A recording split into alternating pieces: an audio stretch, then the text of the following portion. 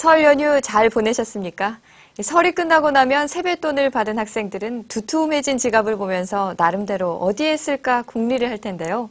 이 시간에는 세뱃돈으로 구입할 수 있는 IT 제품에 어떤 것들이 있는지 한만혁 PD가 가격대별로 전해드립니다. 세배의 대가로 받는 세뱃돈, 적지 않은 금액인 만큼 꼭 필요한 곳에 효율적으로 쓰는 지혜가 필요합니다. 새학기를 준비하기 위해 그동안 쉽게 사지 못했던 제품을 사는 것도 세뱃돈의 좋은 활용법입니다. 가격 비교 사이트 다나와를 통해 가격대별 새학기 대비용품에 대해 알아봤습니다. 먼저 10만 원 이하로는 MP3나 블루투스 헤드셋을 추천합니다. 삼성전자 옙 YP-F3와 아이리버 E40은 MP3 제품군에서도 많은 인기를 얻고 있습니다. 또한 블루투스 헤드셋은 휴대폰이나 MP3와 연동해 쓰면 편리합니다. 6만 원대인 LG전자 사이언 HBS700을 추천할 만합니다. 세뱃돈의 총 합이 10만 원에서 30만 원 사이라면 전자사전과 D카, 저가형 태블릿을 염두에 두면 좋습니다. 전자사전 분야에서 10만 원대 초반인 에이트리 UD200 에듀를 꼽을 만합니다. 또한 스테디셀러를 기록하고 있는 20만 원대 아이리버 딕풀 D2000을 살 수 있습니다. D카를 보고 있다면 20만 원 후반대에서 인기를 누리고 있는 니콘 쿨픽스 P300을 추천합니다. 저가형 태블릿으로는 TG3보 태빗, 와이파이 모델을 눈여겨보면 좋습니다. PC 업그레이드를 염두에 두고 있다면 삼성전자나 OCZ의 SSD를 사는 것도 좋은 방법입니다. 졸업과 입학을 앞두고 있다면 세뱃돈에 용돈이 더해져 30만 원 이상이 될 수도 있습니다. 이 정도 거액이면 노트북이나 태블릿을 살 수 있습니다. 레노버 싱크패드 엣지 E125는 30만 원대로 휴대성과 성능 측면에서 좋은 평가를 받고 있습니다. 60만 원대까지 본다면 에이서 아스파이어 5750G를 추천합니다. 인텔 코어 i5 CPU 기반 제품 중에서 저렴한 가격으로 인기를 누리고 있습니다. 애플 아이패드 2 16기가 와이파이 모델이나 삼성전자 갤럭시 탭 10.1 16기가 와이파이 모델도 60만 원대에서 살 수 있습니다. 특히 올해는 NC소프트 블레이드 앤 소울과 블리자드 디아블로 3 같은 대작 게임이 나올 예정이기 때문에 PC를 업그레이드하기에도 적기입니다.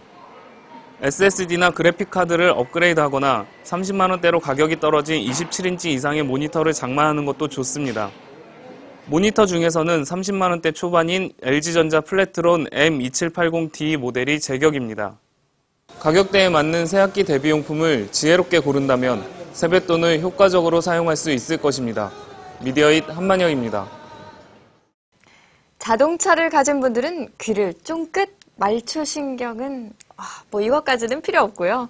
그냥 주목을 해주세요. 1월에 놓치면 아까운 것이 하나 있죠. 바로 자동차 세금 줄일 수 있는 방법인데요. 선우윤 기자가 전합니다. 1월 중에 1년치 자동차세를 미리 내면 10%를 할인받을 수 있습니다. 보통 자동차세는 6월과 12월 두 차례에 걸쳐 납부합니다.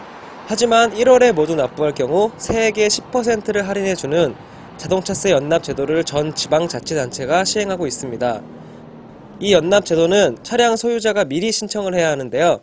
한 번이라도 선납을 했다면 지자체에서 할인된 고지서를 발송하기 때문에 별도로 신청을 하지 않아도 됩니다. 새롭게 신청할 사람들은 자동차 등록지 관할 지자체를 방문하거나 전화 또는 팩스로 신청해 고지서를 발부받아 납부하면 됩니다. 인터넷 사이트 위택스에 접속하면 연납 신고 후에 바로 납부할 수도 있습니다. 특히 신용카드 경우 카드사에 따라 무이자 할부도 제공하고 있어 목돈 지출의 부담을 줄일 수 있습니다.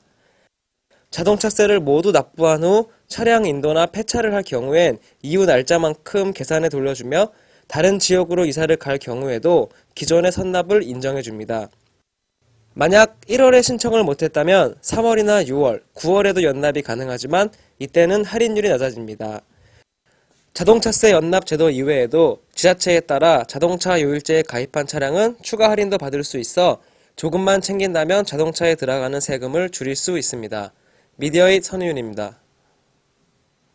얼마 남지 않은 1월 자동차세 연납 미처 챙기지 못하셨다면 얼른 챙겨서 용돈 버시기 바랍니다. 이 밖에 또 이번 주에 어떤 일들이 있었는지 간추린 소식 전해드립니다. 애플이 지난해 4분기 삼성전자를 밀어내고 전 세계 스마트폰 판매 1위 자리를 탈환한 것으로 추정됩니다. 삼성전자는 지난해 3분기 처음으로 애플을 제쳤지만 3개월 만에 스마트폰 1위 업체 자리를 내줄 처지가 됐습니다. 또 애플의 실적 발표가 지난 25일에 있었는데요. 시가총액으로 세계 1위 기업으로 등극하기도 했습니다. 펜텍 태블릿 PC의 방수기술 특허 출원이 눈에 띕니다. 지난 CES 2012에 선보인 펜텍의 첫 번째 태블릿 PC인 펜텍 엘리먼트는 수심 1m에서도 문제없이 작동하는 방수 기능이 특징인데요. 지난 25일 새로운 방수 기술에 대해 기술 보호 강화를 위해 특허 출원을 완료했다고 밝혔습니다. LG전자의 스마트폰 옵티머스 LTE가 출시 100일 만에 국내 60만 대, 글로벌 100만 대 판매량을 달성했다고 합니다. 한편 지난해 11월 출시한 삼성전자의 신개념 스마트 기기 갤럭시 노트도 국내 판매량 50만 대를 넘었고 2월 중으로 국내 시장 100만 대를 돌파할 것으로 보입니다. 아이폰 5가 4인치 이상의 디스플레이로 올여름 출시설이 불거졌는데요. 미국 IT 전문 매체는 대만의 애플 위탁 제조업체인 폭스콘의 소식통을 인용해 샘플 제품들이 제작됐다고 밝혀 올여름 발표할 가능성이 높다고 전망했습니다. SK텔레콤과 KT가 대리점에서도 중고 휴대전화를 판매하기로 했습니다. SK텔레콤은 작년 8월부터 인터넷에서 중고폰을 판매했지만 오는 4월부터는 대리점으로 확대한다고 밝혔습니다. KT도 오는 3월부터 홈페이지와 대리점을 통해 중고폰을 판매할 예정입니다. 소문만 무성한 차세대 엑스박스의 성능과 관련된 외신이 눈에 띄는데요. 차세대 엑스박스에 AMD 7000 시리즈 대신 6000 시리즈가 장착되며 이 제품은 라데온 HD6670과 비슷한 성능으로 기존 엑스박스보다 6배 빠르고 내년에 출시될 예정이라고 합니다. 구글은 지난 25일 서울과 부산에서도 3차원 지도 서비스인 스트리트뷰 서비스를 개시했다고 밝혔습니다. 이 서비스는 전 세계적으로 지난 2007년부터 상용화됐지만 우리나라는 그동안 대상 국가에서 제외됐었습니다. 1월 마지막 주 소식은 여기까지입니다. 이제 조만간 2월인데요. 상품 지식 전문 뉴스를 표방하는 저희 미디어잇이 2월부터 새 단장을 합니다. 여러분께 선보일 것들을 많이 준비했으니까요. 기대하셔도 좋습니다.